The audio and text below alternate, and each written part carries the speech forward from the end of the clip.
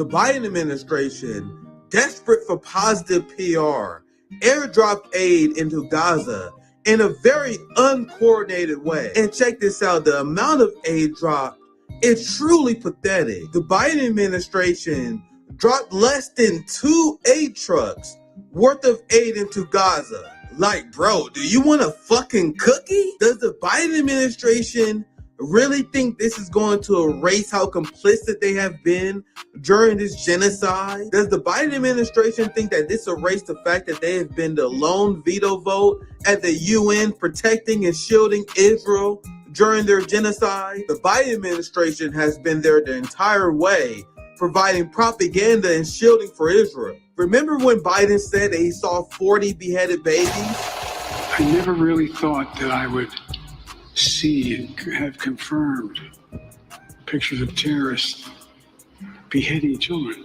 In reality, only one infant died on October 7th, and even the Israeli army came out and debunked the story. Remember how the Biden administration said they are positive that Al-Shifa Hospital was Hamas headquarters?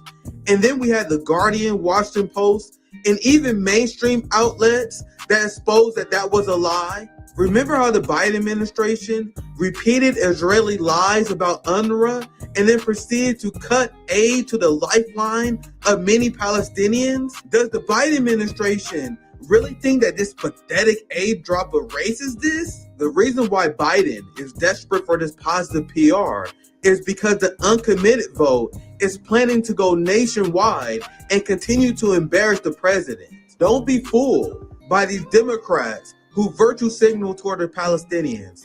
They have been complicit and enabled Israel every step of the way. What's poppin'? Speaking of Hotspot, big shout out to my homies at Hotspot. You know, constantly putting out anti-imperialist, revolutionary content. Give a voice to your revolutionary brother himself. And now you gotta see why Biden is making all these desperate moves. We see through you, fam. I love the coverage our brother CJ's been doing. I love the coverage our brother brother JB been doing. Our sister Sabby have been doing, exposing why the uncommitted vote is a sham by the PNC class. But there's a part of me who can't fault. In fact, I actually want to give credit to the revolutionary energy that make people want to rebel. Now, we know the PNC class is full of shit. We know that this is a Hail Mary play just to sheep herd people back to the Democratic Party. Because no self-respecting person who values human rights will support a man with the resume that I just read off to you. As Democrats pretend that he's, oh man, there's nothing that Biden can do, nothing that Democrats can do. You guys can see, as I laid out in that video, it's not that Biden can't do anything to stop Israel, it's that he's been an active participant, one of the most important players of the genocide. And if we lived in a just society, we would see this man hanged for what he has done. Because we also want, I'm going to talk about later today, is how the genocide, the numbers are grossly underreported. We have seen this every single content, that every single genocide, every single slaughter. Yemen comes to mind. This happened in Rwanda as well, where they undercount the number. And how long have you guys heard of 30,000 dead Palestinians? That has been a number for weeks now, weeks and weeks. Now, Rolf Nader has an estimate, we're going to talk about this later, how the number is closer to 200,000. Which makes sense, considering the fact that that number has been stuck at 30,000 for weeks. And in November, you had media, you had the Gaza Health Ministry, you had all these officials that say that there's actually no active way to count how many Palestinians are being killed in Gaza. So we're going to cover that a little bit later. That's why AOC get roasted when she's trying to deny this whole thing about this being a genocide. I want to bring my guest, though. I have my powerful friend, an amazing activist, someone who I view as extremely intellectual, very strategic in the way he moves. I love the activism that Andrew has done. You guys know my friend. We hung out in Seattle for a bit when I gave my speech for Worker Strike Back, and he's been a friend of the show, had him on a few times. You guys know at Nick and Now, I'm trying to bring people who are slept on, and Andrew is definitely slept on. Welcome to RB, my brother. How's it going, Nick? Thank you. What's popping? I'm gonna talk about this story. This is what I did my hotspot video on, and I'm gonna read this article, talk about how weak Biden looks. Look at this headline before I dive into this article. We look 100% weak. U.S. airdrops in Gaza expose limit to Biden's Israel policy. Now, there's so many things I can break down from there, but let's go to the subheadline before I rant. The U.S. normally does airdrops in hostile environments, not in areas occupied by allies. So what does that say? But before I dive into the story, very vaguely, Andrew, always good to have you on, brother. Always good to talk to you about these very important affairs. What's your thoughts about this? Not only just the genocide in Gaza, but like the genocidal psychosis that swept this country. Um, I pass to you, Andrew, because there's a lot I actually want to expound on that because I've seen great polling, fam, recently. Israel lost the battles. But with that said, Andrew, I want to pass to you. Welcome to the show once again. Actually, for people who knew, give a quick intro to who you are, so for people who may not have seen you before. And also, I would love to hear your opinion about what's going on in Palestine. Go ahead, Andrew. Yeah, for sure. Little quick intro. I do a lot of environmental work. I do like community organizing stuff. I've been over the years doing different anti-war protests and mutual aid for the pretty large homeless community in Seattle. You grow From food and stuff Seattle, like that, right? If I remember right, growing food. Yeah, so some of the organizations I work with, we've done like community gardening over the years. And then also I have been learning, other farming techniques since I moved to Mexico the last few years. So yeah, definitely food is important. I would say food is slept on and water is slept on as far as what revolutionaries are thinking about. If you can't feed a movement, how are you going to carry out a long, drawn out, bitter protest battle or a general strike if you don't have independent sources of resources? So that's something I've been thinking about and practicing for a while. Yeah, and when I first had you on, just to quickly before we get into the Palestine thing, like the work that you have done and the advocacy for food and self-sustaining movement is very important. And you guys see, this is the voices that we want to feature. Nick and I have a great time talking about these many topics with Andrew. But based on recent events and my experience in the space and what I know in theory, we are essentially done with the professional managerial class. We're done with those people. I value activists and their voices. So that's why I brought Andrew. That's why I have him on consistently. I got a lot of respect for what you do, and I'm very interested in hearing what your opinion on what's going on in Palestine as well. Go ahead, Andrew. Yeah, well, I appreciate it. I mean, as far as these airdrops go, you've had State Department and Pentagon officials, when they're taking very limited numbers of questions from the press, they understand that the Israelis are using shipments of aid, the very few shipments of aid that are let into Gaza, as targets. They are killing people who are starving. I mean, these people are in the most desperate situation you can imagine. They know that they're taking a chance with their lives to go pick up flour. You've seen people massacred at the aid shipments, and you've seen people's families massacred while one of their family members went to the aid shipments. It's just the most brutal, just like psychopathic behavior. And the administration is clearly okay with this. I mean, the entire U.S. political establishment is clearly okay with this, and they're doing absolutely nothing to stop it. And like you said, I think in your hotspot. By the way, your hotspots are fire every time. Yeah, I've been keeping up with man. a lot of It's a good way to like sharpen your tongue. That's why I love doing it. I believe I became a much sharper commentator because it forced me to do a lot of research, and I got to show receipt. Like Hotspot don't tell me to do much, but I got to show my work. That's why you see all the receipts. It really helps me as a commentator. But I appreciate the comment. Go ahead, Andrew. Yeah. Well, I mean, I would just say that the 1.5 trucks worth, I could be getting the numbers mixed up, but I think pre-war 500 trucks either one per day or per week were necessary to keep Gaza barely fed. I mean, some people are probably already aware that the Israelis have described their siege of Gaza in some ways. They say we're keeping the people of Gaza on a diet. They wanted to keep people barely not starving. You know, they literally counted the number of calories that they let into the entire Gaza Strip and tried to keep that just above catastrophic hunger. He's not an apartheid state, though. That is what people don't like call Bernie them Sanders that. say. That what people like Bernie Sanders say with straight face. But go ahead, Andrew. Yeah. God forbid you tell it like it is.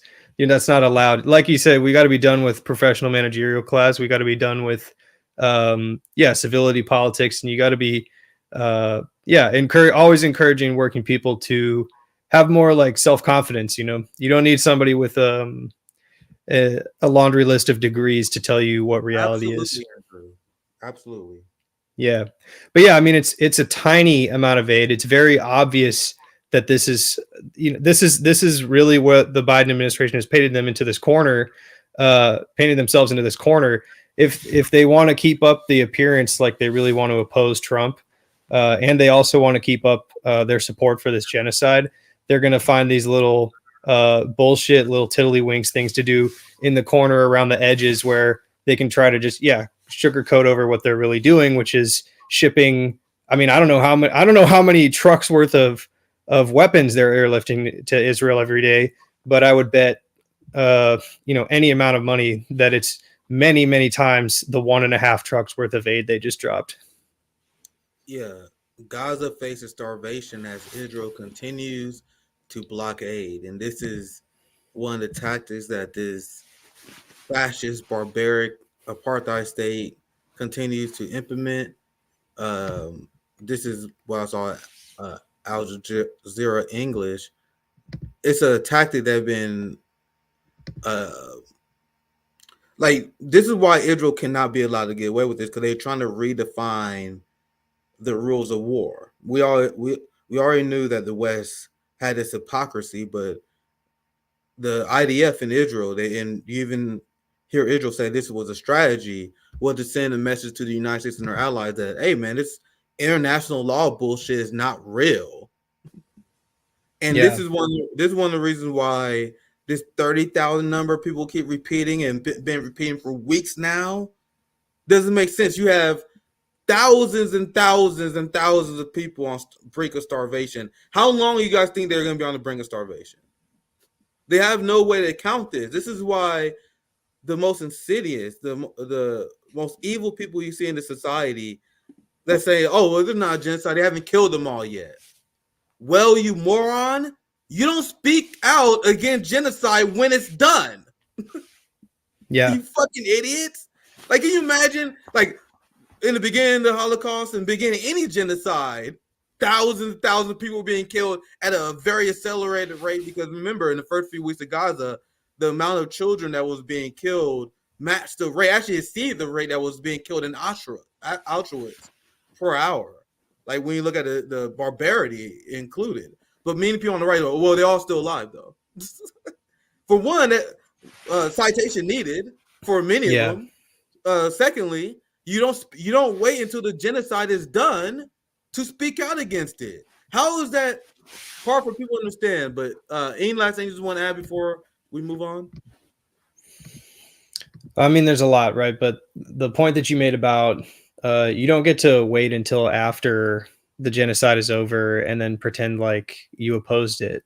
You need to be putting up a real strong effort if you want to. I mean, I don't understand how you would feel, like you could sleep at night if you weren't at least doing advocacy, speaking. But I've heard people say like, oh yeah, well, what Biden's doing is really bad. We don't really like what he's doing with Israel, but we got to vote for him because Trump's going to ruin democracy in America. It's like, was Hitler bad because of all the undemocratic things he did to Germans, or was it maybe the industrial mass murder that was actually the worst thing that he's remembered for? It's not it's ridiculous for people to be, organizing their priorities that way. So I'm gonna show you guys the Biden administration addressing this. This was condemned by not only the corporate media, you had aid groups or all around the world. Like, bro, what are you doing? And for one, how desperate are you for positive PR in the face of this uncommitted campaign that you think this will work on anyone? That you send less than 2 trucks worth of aid in a very scattered, unprofessional, uncoordinated way in Gaza, and you think that erases the fact that you're literally sending them bombs? Like, and there's this term that people keep using that drive me crazy, where Kamala Harris, and this is like the messages that come from Democrats now, where they said we want a 6-week permanent ceasefire. Like, ma'am and sir, do you need to look up a dictionary and see what the word permanent means? Like, do you know what that word means? I feel like you don't know what that means. You need a permanent 6-week ceasefire. These people say this with a straight face. I'll just read the beginning of this to show you guys the overall reaction to this insane story. President Joe Biden's decision to airdrop humanitarian aid into Gaza will temporarily provide relief for Palestinians on the ground, but it also exposes the limits of America's approach towards Israel. When the United States send military aircraft to drop food, water, medicine, and other assistance for people in need, it typically does so in areas occupied by terrorist groups or hostile regimes, not allies. Say it again. It's almost like the IDF is a terrorist organization. It's almost like the IDF is a hostile regime.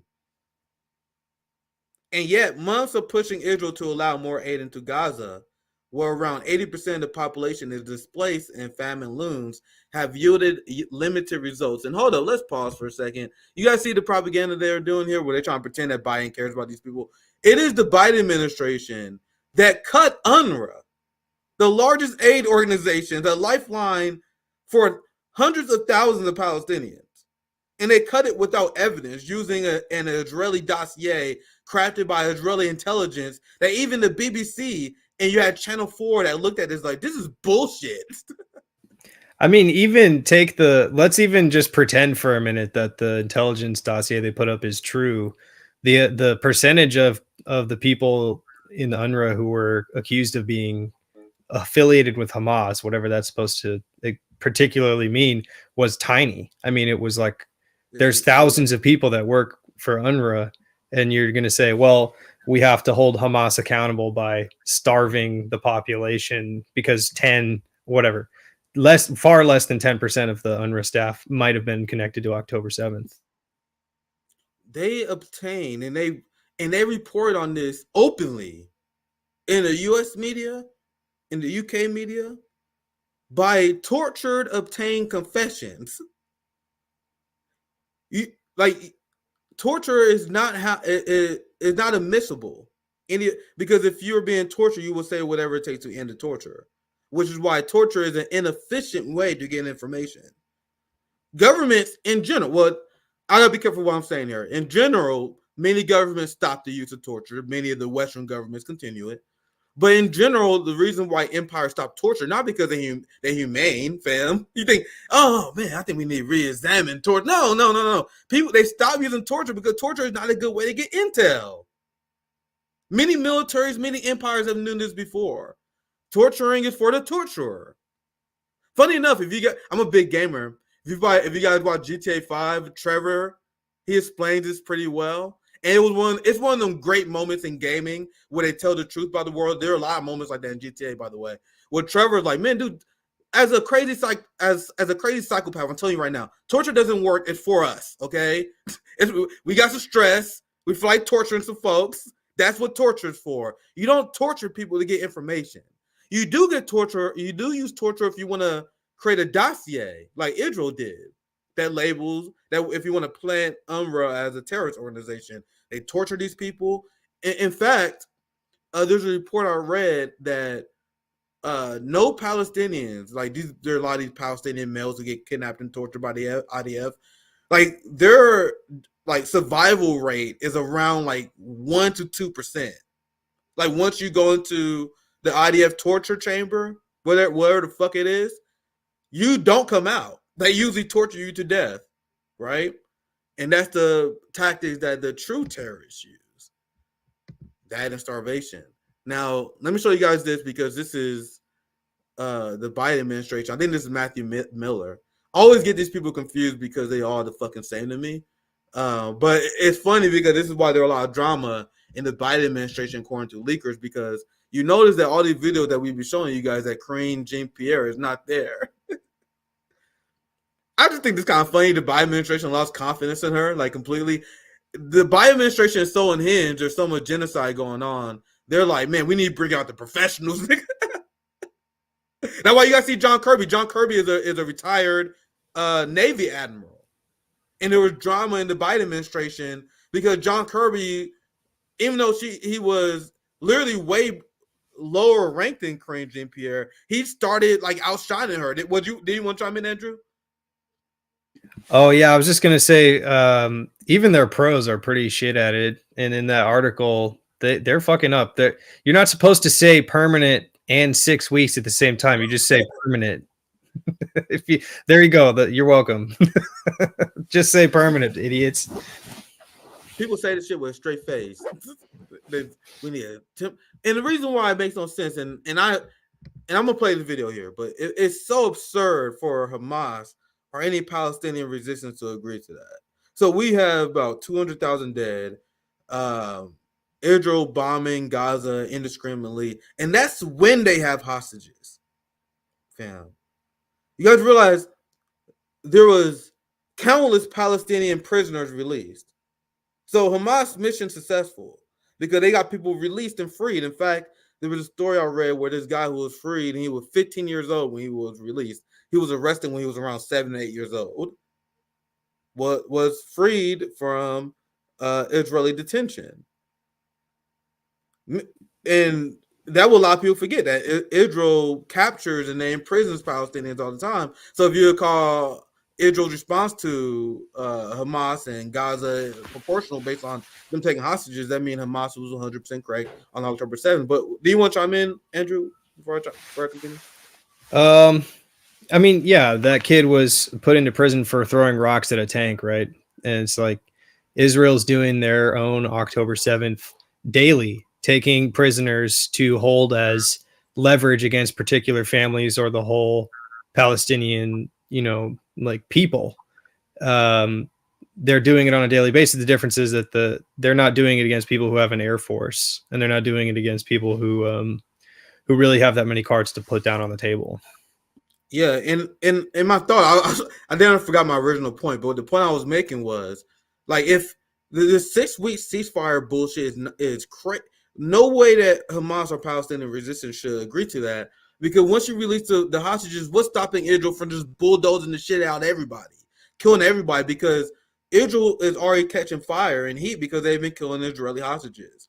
There was just an Israeli hostage that was just released that said they was terrified because they was afraid they was going to be killed by Israel. And they had this damning testimony. And I hope that this hostage is going to be okay, because he might get retaliated against by fascist Israeli settlers, because he said that Hamas was putting their body on the line to protect them, even though the Israeli government and military were trying to kill them. And then Hamas shielded them with their body. That's a direct quote from a hostage, that Hamas shielded them with their bodies. And that's when they had hostages. So why would Hamas give the hostages away without releasing all the Palestinian hostages, by the way, because none of the West called for that. And then they have no leverage to maintain Israel's brutal offensive. Anyway, let's get into this video, because this is you see the Biden administration being confronted with Israel's use of starvation as a weapon of war. Let's watch this, and then the next segment we're going to get to will be AOC, and not only just AOC, Democrats are fucked because people see through this nonsense, and there's going to be no peace for these people. You have Biden being protested. There was a story about Biden being afraid of being going on a university campus not to be so you won't get protested. You got Gillibrand. Democrats are being protested left and right. So AOC not even like the main focus. There's Democrats are in shambles. So that will be coming up next. Question actually about a statement from a group of UN experts today. Among the things that they said are that 15 children have died of starvation at Kamal Adwan Hospital in northern Gaza, appearing to corroborate earlier reporting from the Gaza-based health ministry. Does the administration hold Israel responsible for these deaths? And I'll have a follow-up. So the situation, thank you for announcing your follow-up at the beginning. The situation is clearly horrific in Gaza. I spoke to this somewhat yesterday, when I said that, there are far too many families, and you can see it when you looked at this video last week of these people running out at 4:30 in the morning to try to storm a convoy because they don't know where their next meal is going to come from. And I think there are far too many families, parents. I feel this acutely, as I'm sure a number of people in this room who are parents do. Parents don't know if they're going to be able to feed their children or when they're going to feed their children. And I'm sure there are many parents who are skipping meals to take what limited food they have and give it to their children. So the deaths of any children are unacceptable. And we have made that clear to the government of Israel. No, you didn't. And when it comes to responsibility, look, Hamas obviously is responsible for starting this war and hiding behind human. Remember, every time you hear someone say this, 2022 was one of the most deadliest years ever recorded for Palestinians. You had them raiding mosques. You had the assassination of Shireen Abdul-Akleh, on top of many others. Do not allow them to bullshit you with this line. Shields and using civilians as a tool in this conflict. But Israel needs to do more to ensure that food gets in to... Hamas is using civilians as a tool. So one army is taking a ton of heat in PR because they're killing a ton of civilians. So their response is, oh my God, our opposition is using civilians as tools because we can't stop killing them. Now you guys see why Democrats can't go anywhere in public without being protested, which we're going to cover here very soon. Let's continue. Feel free to chime in anytime you want to, Andrew. To address the very real, dire humanitarian needs of the Palestinian people. Well, those same experts in that statement said, and I'm going to quote here, Israel systematically denies and restricts the entry of humanitarian aid into Gaza by intercepting deliveries at checkpoints, bombing humanitarian convoys, and shooting at civilians seeking humanitarian assistance. Is that an assessment with which you agree? So Israel is letting humanitarian assistance go in through checkpoints. I don't think anyone would dispute that. Do they need to let more go in? Yes, absolutely they do. Do they need to do more to deconflict to ensure that people who are trying to get access to food and water? Yes, of course they do. And that's something we continue to be in conversations with them. We showed you that's a fucking lie. And that doesn't even consider the violent fascist settlers that are blocking aid, and they are being protected by the IDF. And don't forget, on, Andrew?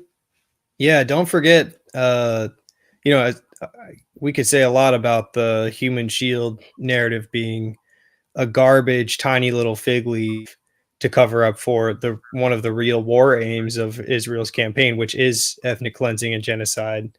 But just taking that flower massacre. The Israeli soldiers, first they tried to lie and say, oh, well, all these people died in a stampede. And then when tons of evidence came out showing, oh, really? Well, why are they full of tank shells and bullets then? They're full of shrapnel and war material. Then they said, well, they made us feel unsafe. I just wanted to remind everybody, the IDF train American cops on a regular basis.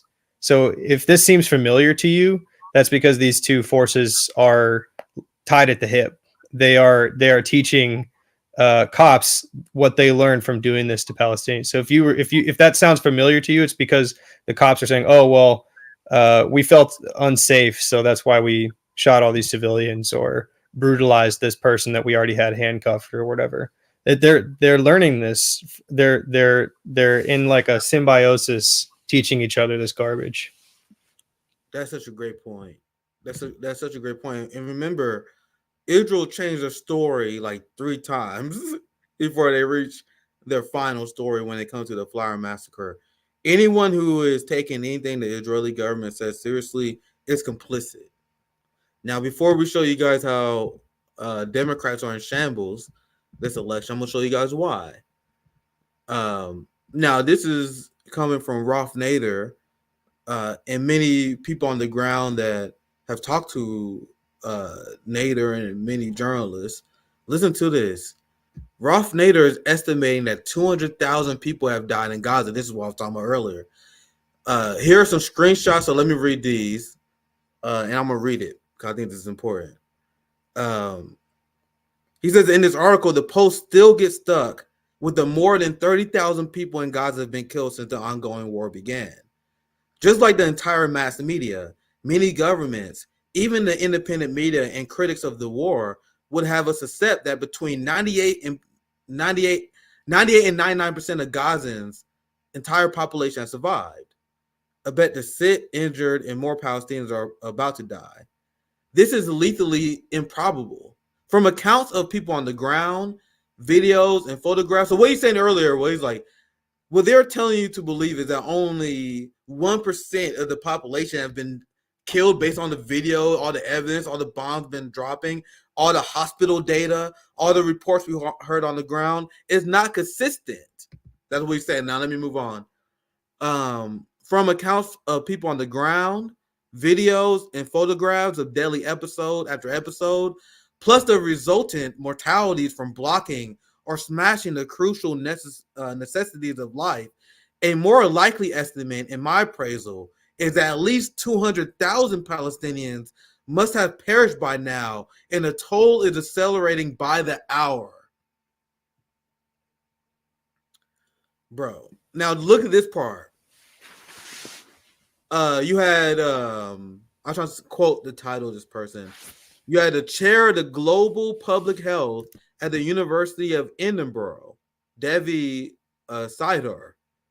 She predicted 500,000 deaths in 2024 if conditions continue unabated. Let me repeat. This person is predicting, and I think this is 100% plausible. Everything I'm hearing here is 100% plausible.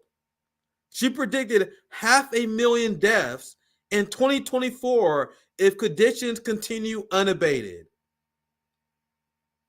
If this is not a genocide, what is?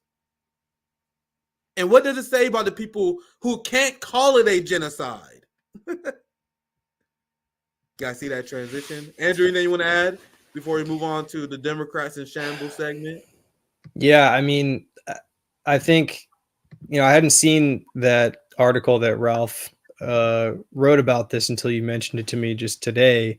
So I'm gonna, read the whole thing, and because he put a lot of receipts in there, but I would just say that like 200,000 could just be pretty much just from the actual bombings and the shellings and gunfire, and taking down all of the housing in Gaza is gone. So that 200,000 could just be from the actual direct warfare.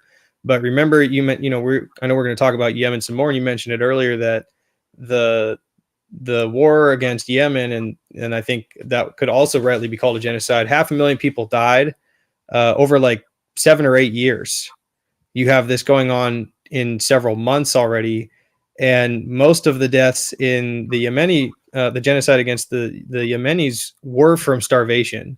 So if we've reached 200,000, or let's just, I don't know, cut that in half just for people who want to be more careful about it. If you've reached 100,000 deaths just from the bombing, that's not this figure that Ralph is talking about. I don't believe that it includes the deaths from famine, and that was what killed the majority of people in Yemen. So I mean, this is just like, yeah, it's the worst thing that I think has happened in maybe the last 50 years. I can't think of something that's worse, because it's not over yet.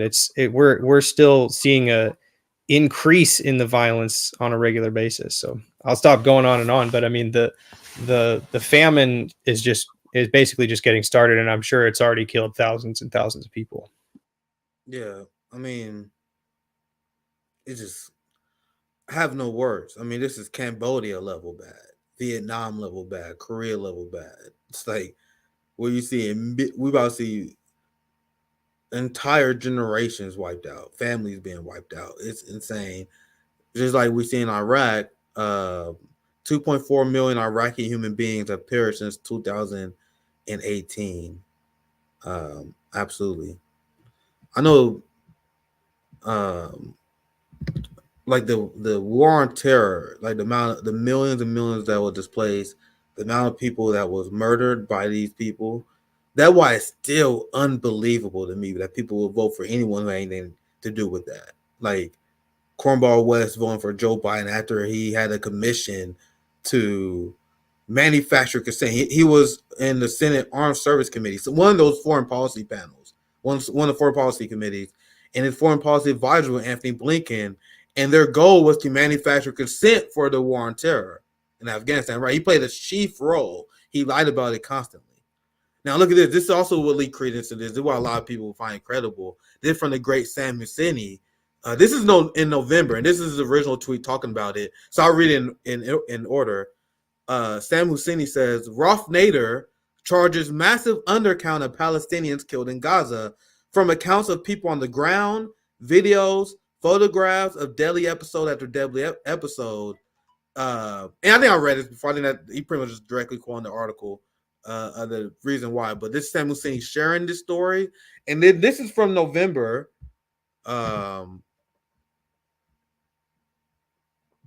think we lost Andrew. Oh well, I think he'll join again. This is from November. Gaza health officials say they lost the ability to count dead as Israeli offensive intensifies. So this is why you keep seeing this number, the 30,000 number, being repeated over and over and over again. If the same number been used for weeks, for weeks and weeks, as we see more bombs, we see more dead kids. We have this famine going on. You think the number not going to change of weeks of starvation? You have people trapped under rubble, so they're not even able to be accounted for. Let me tell Andrew. I'm gonna tell him. I think Andrew just had I think his connection just cut out. He'll be back. There he is.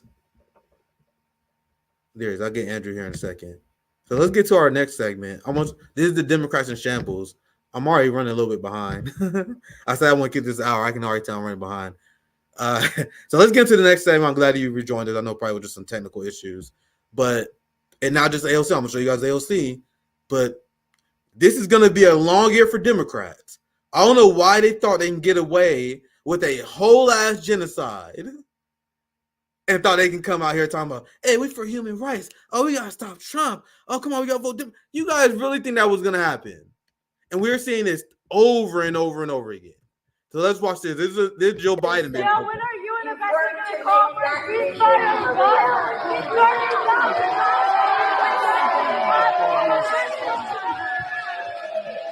Bruh, this is why I can't be the one doing this. You see that piece of shit behind her pulling her down back into her seat? I told you guys this is why I don't have the temperament, man. I don't have the temperament because I will start throwing hands, bro. Like this is bro. What are you doing grabbing me? Like you guys don't want me at the face of the movement because I would lose my shit at a point like this.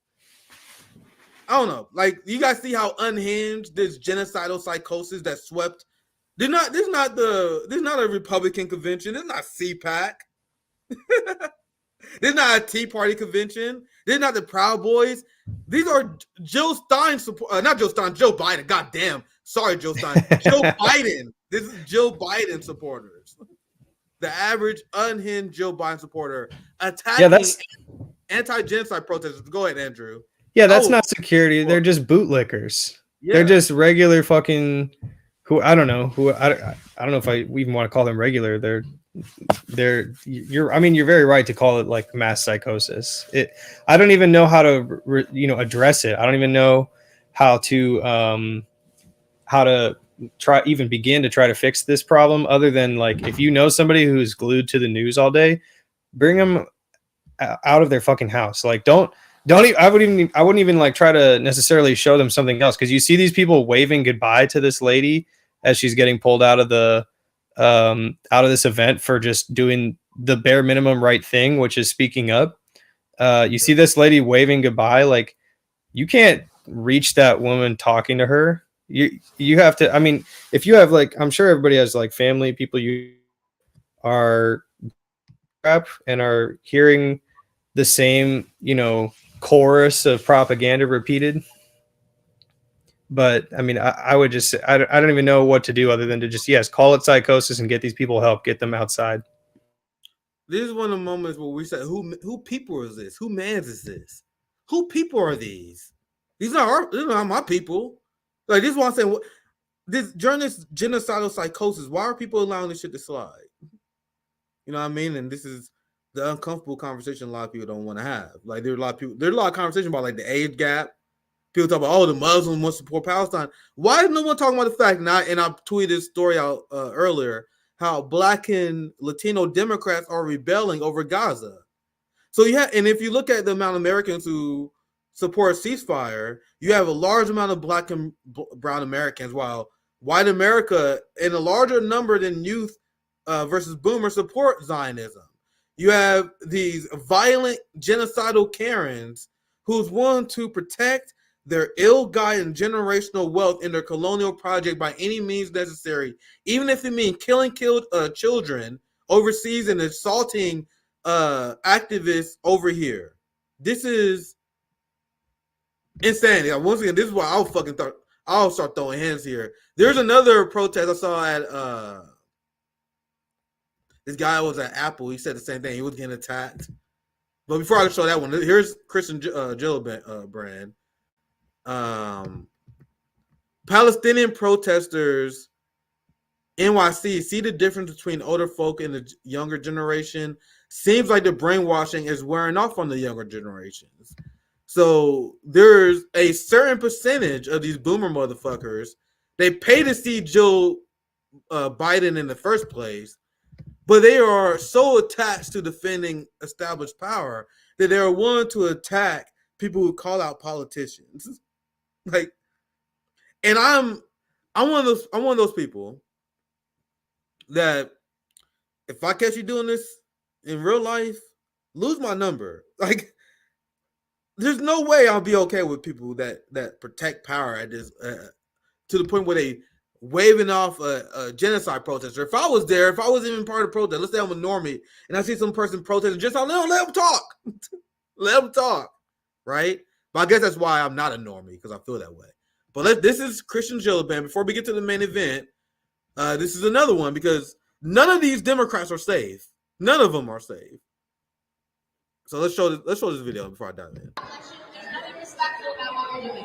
Gillibrand, how can you say that you represent New Yorkers when 70% of this country demands a ceasefire in Gaza? When 45% of New Yorkers demand a ceasefire, when 53% of New Yorkers do not want to send. You see how angry these white people are getting?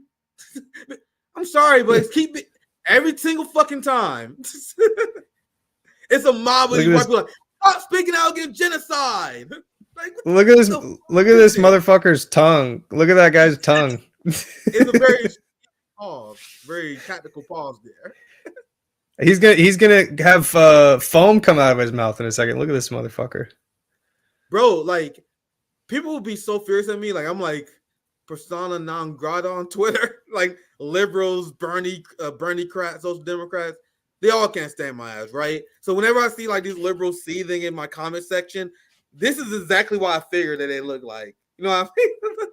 Like the shit lib that hate RB and the shit lib that hate people that talk about against power. That's what it is. That's what you're seeing right here. So let's continue.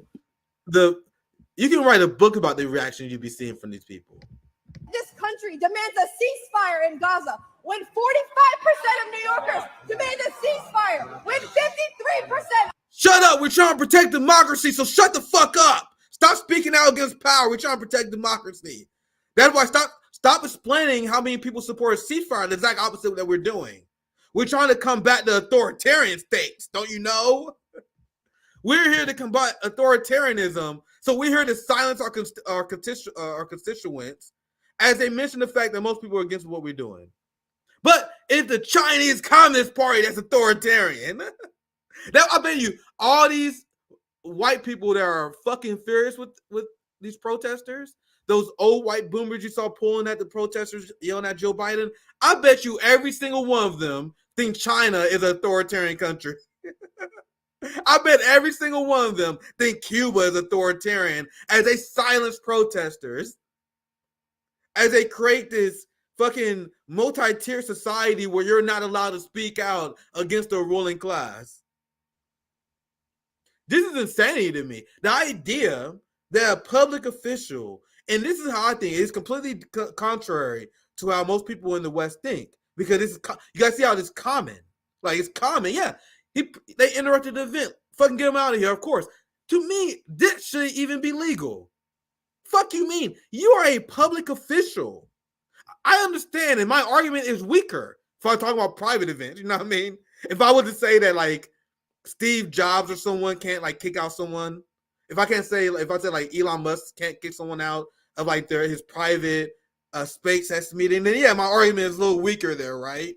But if you're a public official on public taxpayer dime, how is it legal for this to happen? It's legal because the ruling class writes the laws. The laws don't come from the will of people, which is authoritarianism. RB is the only channel that can actually define that term. Anyway, let me continue this. I get angry when I watch this. I already interrupted this, so no reason for me to interrupt it again. I'll play it all the way through before I chime in. Gillibrand, how can you say that you represent New Yorkers when 70% of this country demands a ceasefire in Gaza? When 45% of New Yorkers demand a ceasefire? When 53% of New Yorkers do not want to send Israeli funding or military aid anymore? Senator Gillibrand, you received $366,000 from pro-Israel lobbies in this past election cycle. Why are you allowing your interests to be bought by foreign governments? We're sending billions of our taxpayer dollars to kill children and women. Oh, Jesus. Have the money. I'm sorry. I'll break there. I'll break in there. That is that is something else. I'm going to let it continue, but holy shit. Oh, my God. That's fucking crazy, fam. Let's play that again because I don't want to stop it too long. I just had to emphasize this part again. Whose man is that? Whose father is that? Whose grandpa is that? Get your fucking grandpa, somebody. What is this? Foreign government. We're sending billions of our taxpayer dollars to kill children and women. 30,000 people have been murdered. Have the money to correct these historic wrongs. I'm sorry, guys. That is probably top 5 funniest shit I've seen this year. You watch it one more. Let's watch it one more time, and I'll let it continue. That's fucking hilarious. Stop! You making me? We're sending billions of our taxpayer dollars to kill children and women. 30,000 people have been murdered. Have the money to correct these historic wrongs. If you took the money that you had given to Israel, the $15 billion you gave to Israel of our taxpayer money. I'm glad on camera. I'm fucking crying right now, man. When Israel is the one that has been consistently declining a ceasefire. 25-year-old Aaron Estill gave up his life. He believing his last words were free Palestine. And this is what you do to political members are being murdered. Let us speak. Last week, 3 more of my family members have been murdered in Gaza. She's not answering though. She's not. Oh my God, we talked about this strategy before.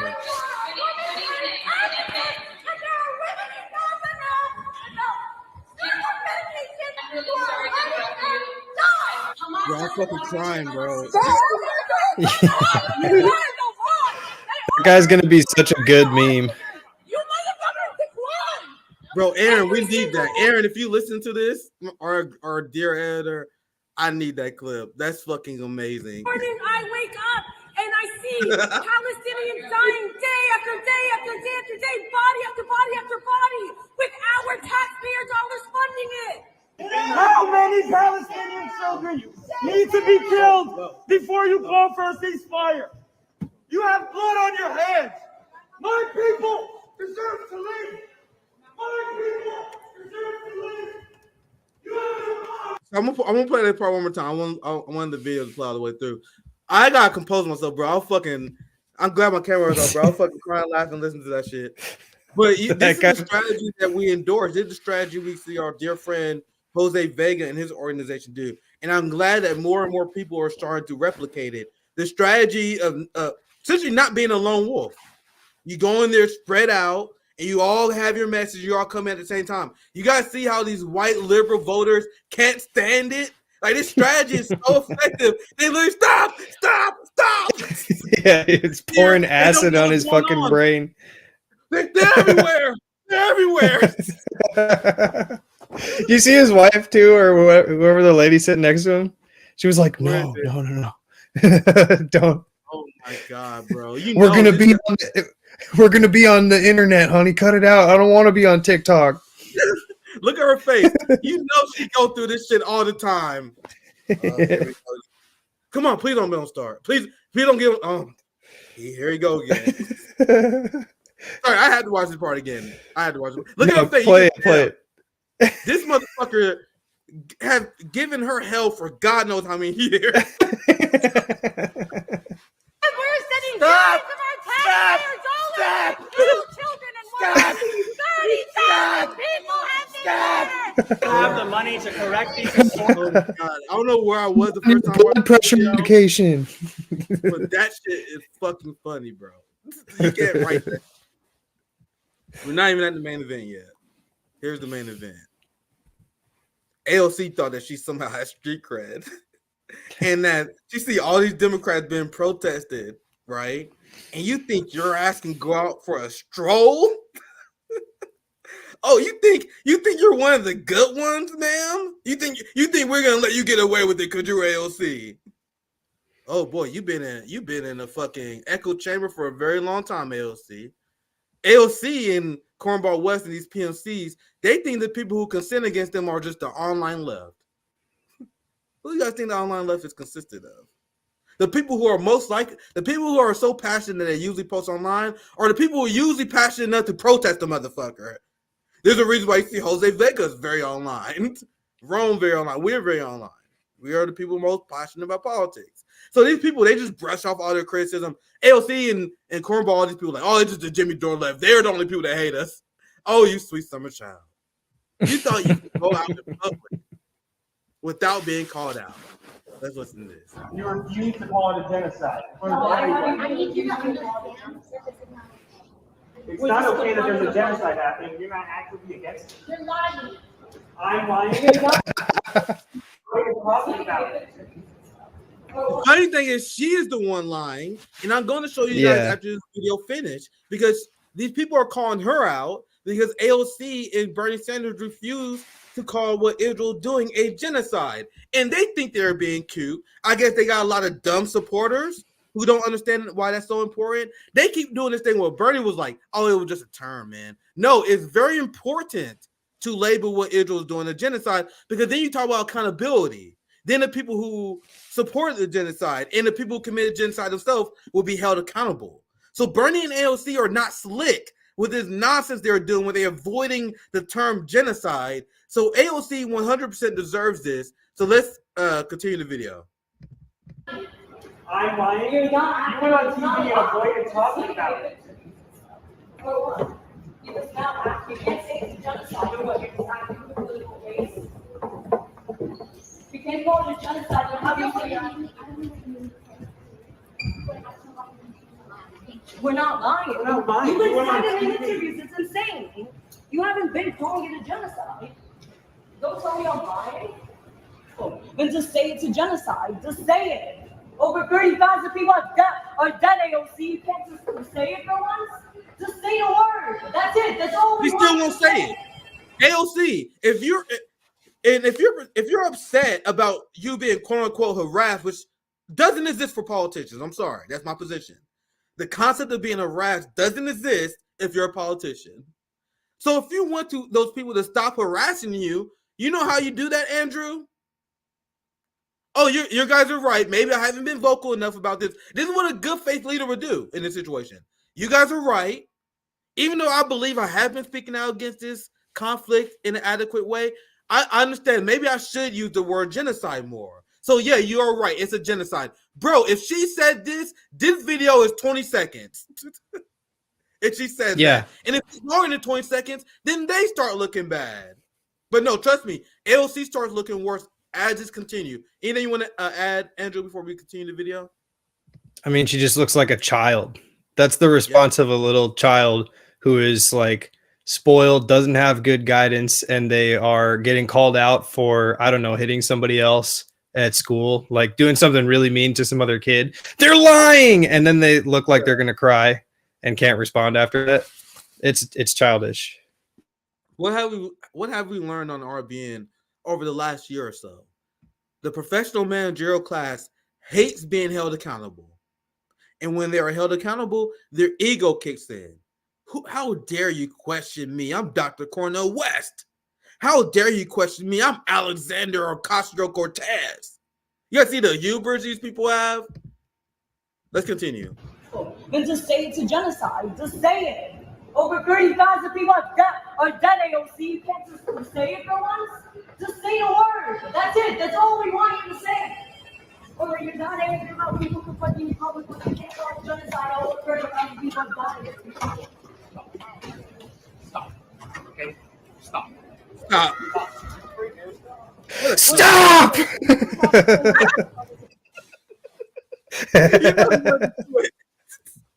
This fucking guy. You know he wanted to do it. Cut it, and you're going to cut this, and you're going to clip this so that it's completely out of context. I already said that it was, and y'all are just going to pretend that it wasn't over and over again. It's fucked up, man. If you're not helping these people, and you're not helping them. You refuse. Whoa! You want to know who's not helping the Palestinians? You! You know, the person with power? And you guys see how we see a side of AOC here that I honestly believe, and you guys may give me pushback here, but I honestly believe that this AOC will be way more popular than that fake motherfucker we see every day. But imagine this AOC fighting for the workers. Why don't we see AOC this angry at Nancy Pelosi? Imagine if AOC on the Congress floor was saying, you guys don't have a vote for Medicare for all? That's fucked up. Bro, if you want to talk about clips going viral, nigga, that clip is going viral. Imagine an alternate reality where AOC wasn't a sellout piece of shit. She forced a vote. There's this big national discourse, the same way there was about Matt Gaetz and the old House Speaker whose name eludes me because he's not that important. But imagine that big national dialogue, and then everyone going after AOC the same way they went after Matt Gaetz and them. And AOC said, "You guys don't want to vote for healthcare in the pandemic? That's fucked up." Bro, you know how popular she would be if that was what she did. But you guys notice how she brings the ruckus towards the people. You guys notice that Cornball West bring the ruckus to us, not Jim Crow Joe. When he's interviewing Sean Hannity, they riffing, they having a good time. Anderson Cooper, they having a good time. They attacking them in all sorts of ways. It's all good. I love you, brother. Second, we speak out against them. Jimmy Dore Plantation. You guys see who they reserve their energy for? They reserve their energy for the people. Why isn't AOC going after the Democrats and the media this way? Andrew, I know you want to talk. Go ahead. No, yeah, you said it. You said it right a second ago. You said, imagine an alternate reality where this AOC was turned against the actual power centers. It's like, imagine an alternate reality where AOC was taking her advice from working people instead of a overpaid public relations firm. Like, that's who's coaching her to do her shitty Instagram live crap she does all the time, where she doesn't show real emotion, and people can tell. It's not hard to spot when somebody is doing some rehearsed coach bullshit they practice in the mirror before they actually talk to people. Yeah. I'll play this last meltdown again because I think it's very noteworthy. And then I'm going to show you guys how AOC is such a gaslighting, psychopathic liar. So I said that before. So you guys know how she said I said it before. Actually, I'm gonna go back to the point where I think she said that. I'm gonna play the whole meltdown at the end again. So if you are looking at them and you're saying, I said it before, why are you so mad? If you said it before, why not say it now, sweetie? Because you're full of shit and you never said it. If you said and you think that Israel committed genocide, say it again. You don't because you're a liar. We're not doing anything. We're just talking to intellectual conversation. That's all we're doing. That's it. Cut it, and you're going to cut this and you're going to clip this so that it's completely out of context. I already said that it was, and y'all are just going to pretend that it wasn't over and over again. It's fucked up, man. And you're not helping these people, and you're not helping them. You refuse to. You're not helping them. You're not helping them. You can't even call it a genocide. You can't even call it a genocide. You think you're helping them? And I can't emphasize enough that she is full of shit. This is something that I have covered. And AOC and Bernie and all these charlatans who are still Democrats, they rely on low info voters and supporters. AOC is just relying. She knows she lost the left. She's relying on teenagers who follow her on Instagram who don't know shit about politics. She's okay with having an approval rating at a level of Kamala Harris. She's okay with that as long as she has enough normies to keep her afloat. Here's the headline. I'm going to show you guys a video that we covered on RBN where she refused to call it a genocide, but here she is gaslighting people because she wants those people who call her out to hesitate. And I'm glad they did it. They didn't fall for it because they know the receipts. She wants them like, wait. Am I wrong? Wait, did she call it a genocide? Am I wrong? That's why AOC lies. She wants that moment of hesitation. She wants to break down the protesters. That is literally what gaslighting is. They want to convince you that you're crazy. And during that moment of hesitation, even though she was caught lying on camera, at least the person is questioning himself now. Which I'm glad that guy didn't take the bait. Now listen here. I'm going to show you guys this headline, and I'm going to show you the interview where she literally said it. Well, she literally refused to say it, I should say. Because Bernie Sanders and AOC have been paraded and praised by Israel for refusing to call it a genocide. Why Bernie Sanders and AOC won't accuse Israel of genocide in Gaza. So AOC think that people who read, she's trying to convince us that we're liars. She's here to win over the people who don't read. Two of the progressive left's most iconic torchbearers, oh, you sweet summer child, Senator Bernie Sanders and AOC have intentionally stopped short of matching rhetoric from their colleagues and much of their base. And what Bernie's been saying is, oh, it doesn't matter if I use that terminology. Yes, it does. It absolutely does. To say you agree with the ICJ, with South Africa, with Nicaragua, who about to take Germany to court over this, it's huge because now you're talking about accountability for people who supply arms to them. That's why they refuse to say it, because they don't want to make Biden and all the Democrats who they like complicit. Do you guys understand? It's extremely insidious. And there's a very small minority, because there's not a lot of people defending AOC right now. Not like it used to be. But a lot of those people are like, oh, why you guys are focusing on them? Aren't they the best we have? No. She is providing a very crucial, I'm losing my voice. She is providing a very crucial but insidious role for the establishment. She is to be the left-wing voice to fight against, to resist calling the slaughter in Israel the slaughter in Gaza against the Palestinian people a genocide. So this is the interview, and we don't got time to watch the whole thing, but we covered this before. Was it Nick and CJ? I do so many damn streams, I forgot. And the thing is, did I cover it or did CJ cover it? I'm sorry, guys. I took a lot of hits to my head in my life. One of us covered this motherfucker. Either me or CJ, either Nick and CJ, either Savvy, someone did. Because I remember this vividly. So here's AOC and the reason why she's being called out. You agree with that word? Oh, this is a low-ass video. I'm sorry. I heard this on my phone. I didn't realize how quiet it was on the computer. Hopefully you guys can hear it. If not, I can tell you guys what it said. You agree with that word genocide, that the president's been supporting a genocide, or does that go too far? I believe that they're still determining it. You agree with that word? They are still determining it. You guys see how AOC has never come out publicly on record and said that this is a genocide. Now, Andrew, I'll pass it to you. This is why AOC was called out. Any thoughts on this before we move on? And we'll cover the Houthi story real quick. A little bit over time. I don't want to keep it anything. No. Maybe the Houthi story be 10 minutes, but I want to make sure I cover that. Any last thoughts on this, Andrew, before we move on? Yeah, you said earlier. You said you don't want. We don't want you leading a movement or being the public face because you start throwing hands when people, step over the line and put hands on you first. But I think the point is like, actually, we do want real people taking on important roles. You deserve, and I mean you, everybody, you deserve to be making decisions in your community and to be heard. It doesn't matter if you don't talk nice. I think actually that makes people like you more. Like you see George Galloway winning again, going back into parliament. And when he's asked on the media, well, don't you respect the prime minister? He says, no, I despise the prime minister. Like that's the type of energy that people recognize is real people talking.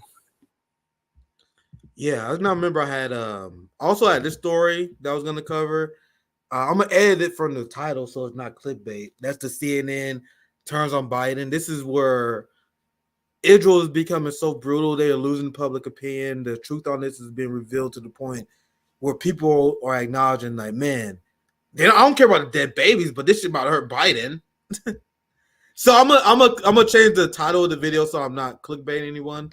So I was about to cover this, but for sake of time, I'm gonna cover it Thursday with Free Zakaria. He says that Netanyahu outsmarted and outmaneuvered and outplayed Biden. So even though he's being critical of Biden, it's not the correct analysis. So trust me, there's gonna be a lot to say about this. That's why I don't want to speed through this segment. I'd rather just put it to Thursday. Also want to cover this real quick. Oh, I didn't mean to take all the way down. Let me show you this. I'm gonna quickly show you guys this. This is what the liberals, the old white liberals that was attacking protesters, they don't want a democracy.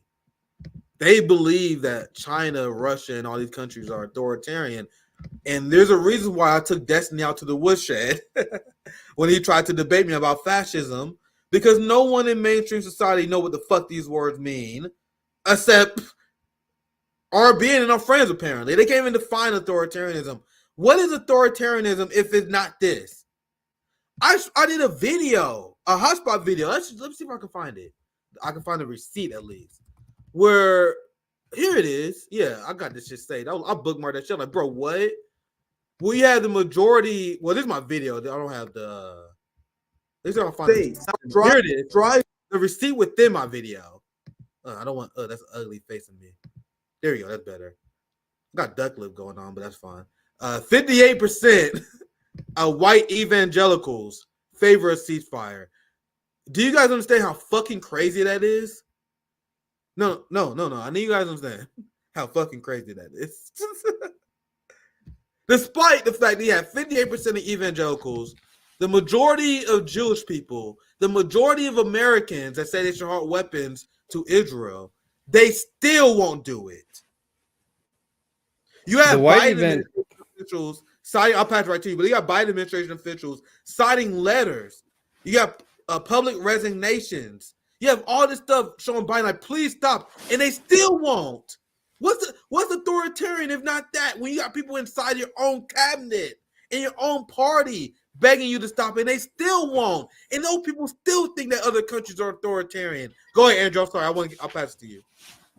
That was just wild. The white evangelicals, almost 60%, say there should be a ceasefire. I mean, these are the people who, in some ways, want the end of the world to come from Israel, the land of Israel being, they're like, not yet, like reestablished.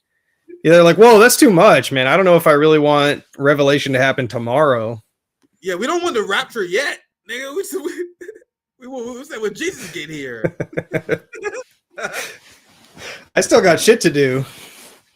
Right. Yeah. So I definitely want to cover this. I'm not editing this out of the title.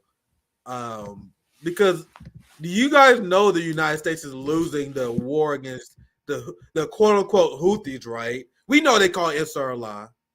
We know they're the government of Yemen. That's why they're trying to delegitimize them. They're getting their ass beat. When they started Operation Prosperity Guardian, who told you that they wasn't going to win? We did at RBN. Well, gotta take pride in telling you guys these things first. You know what I mean? I told you guys this idea that they're gonna send a few warships to patrol an area in the sea that the size of California. When I saw people talking about this, I'm like, nigga, do you know geography? Do you know how big the Red Sea is? You guys want to know who got that motherfucker mastered? The Ansar Allah. You guys know who got the shipping down to the who has the ability to pull off this blockade of pro-genocide capitalist support? Ansar Allah in Yemen. And they created the delusional idea, which is why many countries pulled out. And then the UK was like, well, we're not going to pull out. We're going to send 2 ships. They sent 1 big ship down there. And there was another ship that they plan on sending at the end of this year. So they dedicated a whopping 1 ship, and people thought they was going to be successful. So what's the status of these ships? Today, a ship attacked by Iran-backed Houthi rebels last month sank in the Red Sea. The British-flagged Reuben is the first vessel. Womp. Shit's been going. You guys know how many stories of these I've seen? And I want to do the story today because I haven't had time to talk about this. Their Operation Prosperity Guardian has been a massive failure to the point where I saw a story today where they were making a big deal out of it, where they're like, U.S. command, we intercepted 2 Houthi missiles targeting U.S. warships. Like, that's it? You bragging on the fact that your ships are not sinking now? But sorry, all right, I hear you guys. I'll play it. Let me play it. Today, a ship attacked by Iran-backed Houthi rebels last month sank in the Red Sea. The British-flagged Reuben is the first vessel to be destroyed in their campaign to disrupt shipping in the region. The ship was already leaking oil and was carrying a cargo of fertilizer, prompting fears of an environmental catastrophe. Another cargo ship came under attack today. Its crew was forced to abandon ship. Their crew was forced to abandon ship. Great job, fam. This war is going fantastic for the West. I can't stress enough how great this conflict is. This war, and I'm calling it a war for a reason. Because the Biden administration is trying their best to convince people it is not a war. What do you call an event when both sides are exchanging fire, both sides have suffered losses, and there's active coordinated efforts to prevent one side from accomplishing a goal using force? That's a war if I've ever seen it. In fact, I'm going to show you guys here later, you have senators like Tim Kaine that's calling out Biden for starting a war against Yemen without congressional approval. And the Biden administration was like, no, what are you talking about? It's not a war. We are defending ourselves. You know, across the fucking Atlantic and the Red Sea. You know it's bad when they're losing warmongering Democratic senators. But sorry, I'm getting ahead of myself because that's coming here later. Another reason why this war is great for Ansar Allah in Yemen, because they is formally recognized by many countries in the Middle East and around the world. But you guys see how the West is constantly attempting to delegitimize them. That's a very important part of what they do. When you have the majority of the world that is against the genocide in Gaza, when you see most of the world that calling for a ceasefire or ending this conflict, but then the United States veto it, those countries and those people see Yemen, the Ansar Allah, being the only country that are following the Genocide Convention. So now all of a sudden the Yemen government, the Ansar Allah, has a lot of goodwill across the world. You got people all around the world that all of a sudden cheering for the Ansarullah in Yemen. This is granting them a ton of legitimacy in the Middle East, a ton of support. A lot of people who like, Yemen, who cares? A lot of these Arabs, a lot of Muslims, in fact, they are now like, nigga, we love Yemen. They fucking praising Yemen. They like, these people in Yemen are brave. They are now waving Yemenis flags because they see Yemen doing what the Arab leaders are not doing, opposing a genocide. So despite what Western media is saying, this conflict has greatly benefited Ansarullah in Yemen. Greatly, which is another foreign policy misstep from Joe Biden, which is why Putin said he prefer people like Joe Biden, because his administration has been extremely incompetent. Now, let me play this video. I think I'll let this play all the way through because I want you to show you guys what the what Ansarullah is actually saying. This is something that we do at RBN. That we actually show you guys what our enemies say. Well, not our, you guys know what I mean. The enemies of our country say. They will never do that in the mainstream media.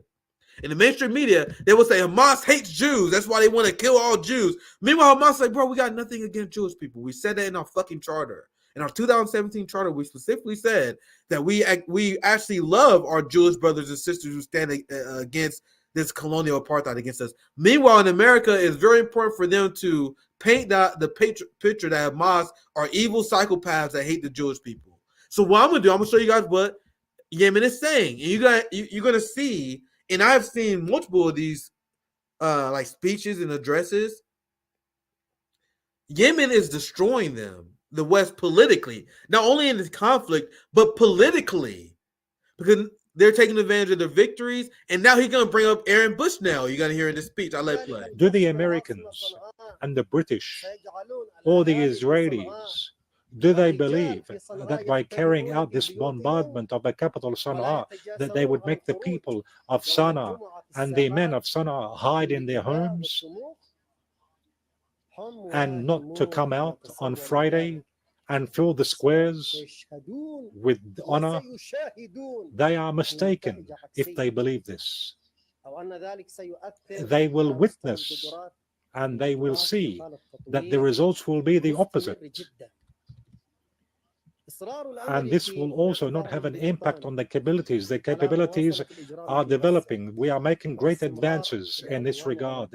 The Americans' insistence, along with the British, to continue the criminality in Gaza and to continue the aggression against our country, Yemen, in support of the Israeli enemy, despite the clear failure, and also despite how their failure has become clear and what we're seeing over there. This is stupidity with the full meaning of the word, and it's submission to the Zionism, meaning they do this out of submission to Zionism. What they're doing is not in the interest of their countries, nor in the interest of their peoples. Their peoples are crying out. And we hear complaints, even at the official level in America, in the government and official institutions. We hear complaints in the State Department, a lot of resentment from the American stance, in the American military. And we hear about the story of that soldier who burnt himself in protest over what the Israeli enemy is doing, with American support and with American participation against the people of Gaza. He burnt himself with fire in protest of this. This reflects what is behind it, the resentment. The whole world is crying out, is protesting, is criticizing. This is even taking place in the institutions of these regimes. But despite this, they continue to behave in such an arrogant way. Leave this arrogance. Submit to the voice, to the rational voice, to the real interest. Everyone is sick of you, is sick of your behavior, your aggressive, brutal behavior. Now you guys see why the Ansarullah is dominating them politically in the region, because they're not showing this on mainstream media for a reason, because you guys see how he called out how the government don't represent the people, how the people are upset. He mentioned Aaron Bushnell, who was publicly honored in Yemen, who is now an anti-genocide legend. There's a reason why they want to convince you that he died for no reason, the Zionists. He's immortal now. You guys realize that? He's immortalized. He's a hero forever. They're about to build a statue of him. And he called out how you got people protesting, calling for genocide. He's saying what the government doing is not representing the interests of the people. He is beloved by the people. There's a reason why Putin is beloved by the people. There's a reason why Xi Jinping is beloved by the people. And not because they're authoritarians that put the gun at people's head when they enter approval polls. It's because they see their government fighting against an evil empire that's committing a genocide. They see Yemen fighting for them. Just the same way that in China, they see Xi Jinping fighting for them, Putin fighting for them. Meanwhile, our ruling class is fighting for a terrorist country, settler colonial fascists across a fucking ocean. They're fighting for Wall Street and the military-industrial complex, and they say it all the time in their speeches. If you found that video interesting, and that's the first one you ever seen, I really wish I had time to feature more of those videos. You know what I mean? I highly recommend you guys listen to the public statements from the Ansar Allah. If you're a revolutionary, you're gonna love that shit because they do the same thing Putin do. When they're like, why are you guys so focused on Yemen? You guys got problems over there. You guys are rich. You guys ain't feeding your people. It's fantastic to see. This headline I'll show you guys at the beginning of this conflict because I told you guys it was going to be true. Yemen says it will turn the Red Sea into graveyard. So Yemen at the very beginning of this conflict said, if you guys want to do this conflict, fuck around and find out. Just one more receipt, we begin to wrap up. I told you guys it's damn near impossible for me to do a stream just 1 hour. It's impossible. So Andrew, I appreciate you staying with me. I'll pass to you for one more comment. I got one more article I want to read and we can begin to wrap up. Anything you want to add? No, I just got like one thing to announce, but yeah, I mean, it's just, if you have, like you said, watch the statements that Ansar Allah makes, watch the videos that the Al-Qassam and Al-Quds forces are putting out from Gaza. I mean, you're not going to get this watching regular news. And also, yeah, watch the interview Max Blumenthal did with the Ansar Allah spokesman not too long ago. I think it was a month ago or so. So, things are going bad when you have Democrats in the Senate openly challenging Biden. Because if you watch RBN, you would know that Biden is a rogue regime. He is running a rogue government that's doing like blatantly illegal things. And people pretending that he's the normal option over Trump. Like they stole Iranian oil. They're seizing the assets of Afghanistan and many other countries. They're talking about seizing the assets of Russians. And now you have Biden, who also broke the Lay's law. It's a law on the books where it's illegal to fund people who are committing crimes against humanity. It's illegal to sell arms to people who are targeting and killing civilians.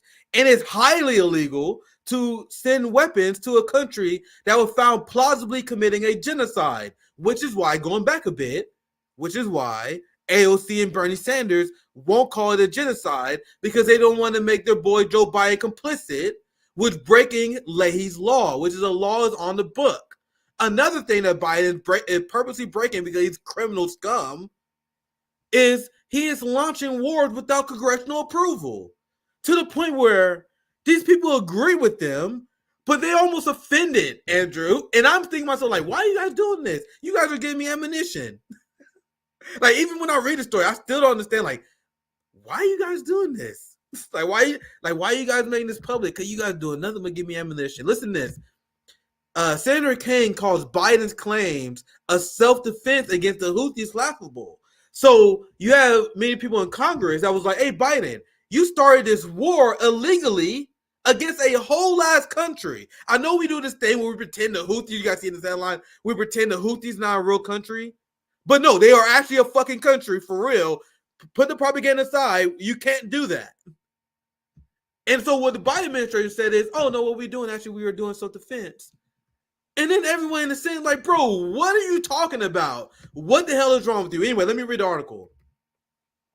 The Biden administration's legal justification for its attacks on Houthi militants in Yemen is laughable, Senator Tim Kaine said at a Senate Foreign Relations Committee hearing Tuesday on the United States actions in the Red Sea. Speaking to defense officials, Kane said, the Houthi behavior is abhorrent, so you guys know you got to condemn the people that actually doing their legal right in opposing genocide. You guys know in the Genocide Convention, it said that even private entities are fair target. If you're a private entity helping in genocide, you're a fair target. With Ansarullah and with the Yemeni government, quite literally, nothing they're doing is illegal. I cannot emphasize that enough. But once again, RBN, we're the radicals, but apparently we're the only people who know international law. But anyway, let me finish with his thought. He has grave skepticism. So remember, he's on the same side as Biden, but he has skepticism about the administration's interpretation of the presidential military powers under Article 2 of the Constitution. And he continues, as a narrow mission to defend U.S. shipping, both military and commercial, that is Article 2 of self-defense. Now, this is Tim Kaine. Article 2 self-defense means you can defend U.S. personnel. You can defend U.S. military assets. You probably can defend U.S. commercial ships. But the defense of other nations' commercial ships in no way, and it's not even close, that's not self-defense. Bro, Tim Kaine, are you okay? So I don't understand why he's saying this, Andrew, because he's 100% correct. Do you have a take on this? I don't understand why he's saying this. I have this lost, but go ahead, Andrew. I have the same exact first thought. Like, what's going on with Tim Kaine right now? Does he have an actual conscience? No. I mean, we learned about him in 2016, but yeah, I don't understand. He must need votes real bad, and thinks that he's not a threat from the Israel lobby in his district. I don't understand his motivation for saying this unless he all of a sudden grew a conscience. Maybe they pissed because Biden is taking too much of their power, their glory. I want to be the one who passed legislation. They go, I can't wrap my mind around it because this is a giant fucking blow to their narrative. Like, maybe he want to be an efficient neocon. He don't want to be see that the empire is going off the wrong track. He want to correct it. But let's continue. Let's continue the article. We'll wrap up. We had 90 minutes. Article 2 of the Constitution provides presidential authority to act militarily in self-defense without congressional approval. Since January 11th, the United States and UK has struck more. So they gave me more information, but I think it'd be good to read this. Has struck more than 230 Houthi targets in Yemen in response on shipping and military vessels in the Red Sea, including commercial ships flying non-U.S. flags. The Biden administration has said the attacks are meant to degrade the military group's abilities to attack targets in the Red Sea. That mission is going fantastic. You guys see how the United States military never accomplished their objective, and I want you guys to understand that their goal has completely and utterly failed. But let's continue. However, the tit for tat with Houthis has continued for months. Kaine was not alone. Now listen to this. Kaine was not alone among the committee Democrats in questioning the White House justification for continuing the battle without engaging Congress. Why is this not a bigger story, my friends? This is extremely fascinating to me, my nerdy ass, I guess, because the biggest neocons are the ones speaking out against it. Here's Chris Murphy, who's another neocon who never found a war he ever disproved of. This looks to me like war in every bit of the constitutional sense. So the Biden administration, Andrew, is like, come on, man, this is not a war. We play you guys the clip from, I think what John Kirby was like, no, we absolutely not at war with Yemen. But here's Chris Murphy saying, this looked like a war in every bit of the constitutional sense. We have engaged in multiple rounds of strikes. We have a limited number of boots on the ground. We have taken casualties. We have prisoners. I'm having a hard time understanding why this does not require a traditional congressional war authorization. Why are they doing this, my friends? Thank you for giving me this opportunity to expose Biden as the criminal he is. The Biden administration is so unhinged, Andrew, and I'll pass it right to you. You have Sanders that is begging him to stop breaking the law. They want us to believe that Trump is uniquely evil. Meanwhile, Sanders and Biden's own party is begging him to follow the Constitution and stop waging wars without permission. It's glorious. Andrew, I'll give you last thoughts. Yeah, I'm still confused. Me too. Me too. They were happy to use the 2001 authorization for the use of military force on into infinity. I mean, just far into the future across numerous countries. We had operations going on in like Southeast Asia under that AUMF. If I'm not mistaken, I don't think that was under different approval. But now all of a sudden, I guess they want it back. Yeah, I mean, there's multiple reasons it could be, but I think you have the correct analysis as usual, which is that this is just showing complete discord, whether it's people's own desire for their own power, whether it's because they're getting maybe a little bit worried that the ICJ is ruling how they're ruling. I don't know what it is, but I mean, it's very interesting to see for sure. Yeah, these people are crazy warmongers. So the only explanation I have is that they want the glory of passing legislation, I guess. Maybe they want, I don't know. It's weird that they would rebuke Biden like this because Biden is doing the bidding of the neocons by launching these strikes, provide for the military-industrial complex. My theory would be that they worry that the Biden administration is destroying U.S. influence around the world. They're making missteps. But I don't think they're smart enough to say that because they supported Biden with Ukraine. They support the Gaza genocide. So they support the weakening of United States influence. You know what I mean? So that's not the concern. So that's why the only intelligent explanation I have for why they're saying this is out of ego. And you go through us and you know, how dare you take our powers away? Nigga, we declare war, motherfucker. We're the Senate. How dare you take our that's the only explanation that makes sense. Anyway, we just have a few super chats and then we get out of here. Always good to have our friend Andrew. I know you have an announcement. I'll give you time to say your announcement. And also, I want you to promote any activism that you want to take a chance to promote. Because I know you always got stuff going on, things you want to promote. But let me get to some super chats. Thanks for the $5, Bing Bong. This is narcissism. It's the root of all this Dunning-Kruger evil. The entitlement, delusion, and toxic positivity of forever toddlers. That was beautifully said. Very beautifully said. I'm assuming you're talking about around the AOC segment, but they got a rainbow flag. Thank you for $2. We got $5 from Takfa Azu. I think that Canada currency. The oldies are saying, "Stop! Let us die ignorant and accomplices of genocide." God bless our boomer allies, like the boomers who withstood a lifetime of propaganda and who are in solidarity with us. They are among the most mentally strong and they had the most intelligent fortitude out of everyone because they lived through the Ronald Reagan era. They lived through the Cold War. They lived through all the anti-communist propaganda, and they still came out the other side. Okay. I have nothing but love and respect for everyone who is a boomer who get these issues right because they have the lifetime, no internet. They have the social pressures around them where they could be excommunicated for having the positions they have. But despite that, they're still allies. They are real soldiers, and they deserve all the respect in the world. But with that said, the rest of your generation is fucking cooked. And they deserve to be shamed forever. When people wonder why I talk about the generations, the boomers and the older generation I do, they failed in monumentous fashion. What other generation left things all so fucked up for their children? Despite the criticism you have of humanity, things continue to improve. There was fights, there was revolution, there was the Jim Crow era. We fought that. There was the Civil Rights Movement, there were all the anti-war movements. People fought, they died, they continue to make things better. Not the boomers. Things are more fucked up than ever. The boomers in the West, and I'm focused on the boomers in the West.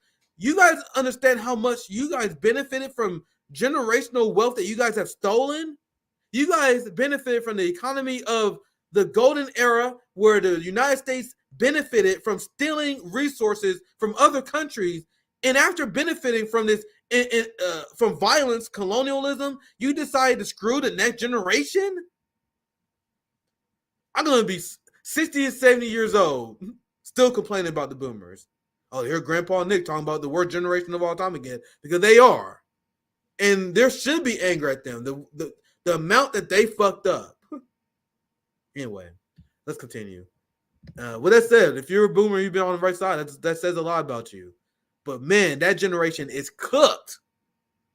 Cooked. I've never seen a generation abdicate their responsibility of making the world better for their kids like they do. And then they, as a whole generation, like, fuck you, motherfucker. The amount they hate younger people, my entire life has been anti-millennial propaganda. Now they go after the Zoomers. They hate everyone else.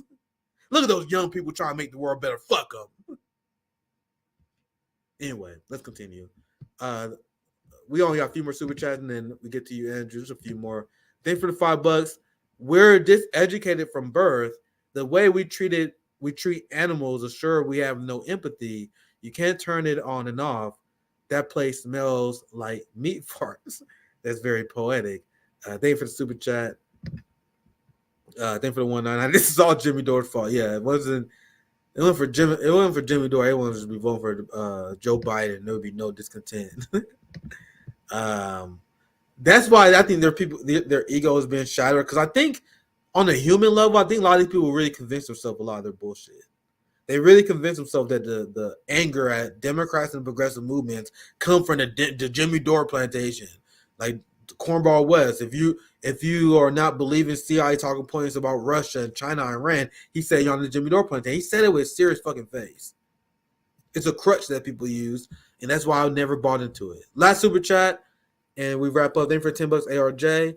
Politicians and their liberal protectors berate the working class and protesters for holding them to account, but surrender to corporate media when they are scolded about criticizing the empire.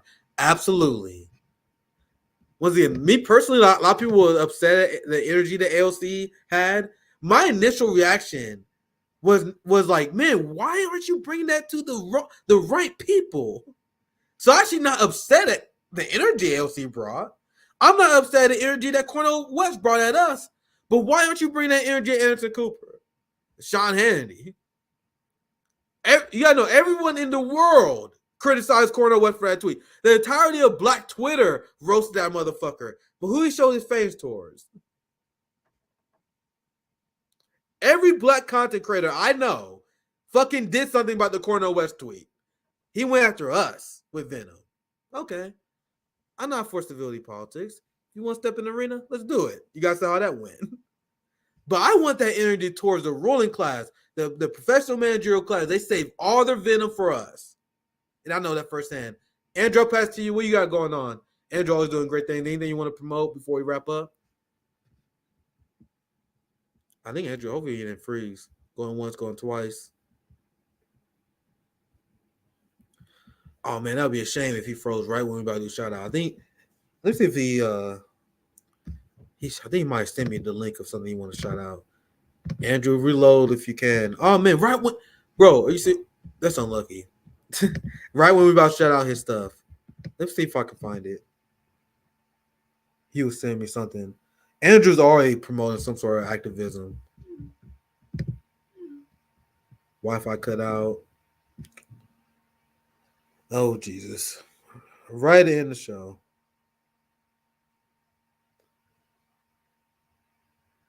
Damn, I really want to start this out. They have some protests going on. I need to email it to myself so I'm putting on the screen. What is this? Protesting, what is that? Raytheon, some defense contractor? Oh, Jesus. Come on, Andrew. Let me email this to myself. I'll put it on my screen. There he is. Yeah, I'm gonna email this to myself so I put it on my screen because I can't put it on my phone. So Andrew, I'm glad we got you back. I'm gonna make sure we try to give you a chance for your announcement and all that stuff. Yeah, thanks for sticking around. Sorry about my internet today. I don't know what's up.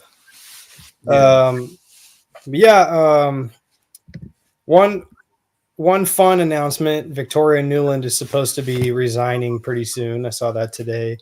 But this is what I really wanted to talk about, though. There's a Aerospace and Defense Supplier Summit. It's a conference of all your favorite genocide supporters happening in Seattle. Like next week. Oh shit! Right in your neighborhood. Yeah. So unfortunately, I'm not going to be in Seattle, but I am trying to bring some people out, trying to spread the word a little bit. I think that it is important to show up to these types of things. I mean, this ideally we could set up something like the internal disruption if we could get people to go, although I think it would be difficult to get people into this event. Usually, I know the governor of Washington is going to be there. He's usually pretty good at keeping his events wrapped up tight and hard for people to get in to protest, but you gotta oppose these things. You can't let, these are the executives, these are the spokespeople for these companies that are going to be there. They do not deserve to be comfortable another day in their life, much less, they don't deserve to be out of prison for doing what they're doing. And so, yeah, just for anybody who's anywhere near Seattle, anywhere in the Puget Sound, Salish Sea area, in Western Washington, please try to go to this. Please try to show up outside and make it as shitty as possible for all these motherfuckers who are going to be in that conference. And then, yeah, once again, I mean, I've talked about it before. The plants that are building the bombs that the U.S. is sending to Israel, they're probably in your state. I mean, there's a lot of them in Washington State. There's not even that many people in Washington State compared to other parts of the country, and we got a lot of weapons manufacturing here. So go and check out what's going on. You don't have to start your whole own thing. There's probably already groups of people who are working to oppose this type of stuff in your neighborhood. But yeah, that's the only announcement, really. Thanks again, Nick. Yeah, it was great to have Andrew on as always. You guys know what I'm doing Nigga Night Season 2. We bring on people who are slept on, people actually putting the work in. We're done with the professional managerial class. Either way, you guys know you gotta check me out next Thursday evening. I'm not relying on the algorithm to let you guys know when I'm live anymore. That's a bad strategy. So I've been very proud. I've been very consistent all year. Tuesday, Thursday evening, 9 p.m. Eastern, I'm live. So since you guys are not gonna get a notification, since the algorithm been fucking us up, Nick and Night been booming because you guys know I go live Tuesday evening, Thursday evening, and 3 Saturdays every 1 p.m. Eastern. So if you guys want to check my streams, just know that's when I'm going to be live. You're not going to get a notification. The algorithm not going to help you. But if you know when I'm going live, that's when you can help us out by putting that on your schedule. I don't know if you guys know on the YouTube side, like for whatever reason, man, X like propelled me in the algorithm, whatever. We had like 1,500 live viewers on X, fam. I don't know if you saw that. You see that, Andrew? Yeah, you've been killing it. 2,300 live viewers combined. 1,500 on X, bro. You guys know I got a bigger following on X than on YouTube. So if you're on X and if you've been watching this, make sure you follow. Make sure you check out Nick and Night. There was a big showing on X tonight for whatever fucking reason. But anyway, make sure you guys check us out. I'll be back on Thursday. You guys know we got banger after banger after banger after banger after banger. So we're gonna have another one on Thursday. I'll let you guys know the guests then. Thank you for joining us, Andrew. Be back with another banger on Thursday. Peace out, my friend.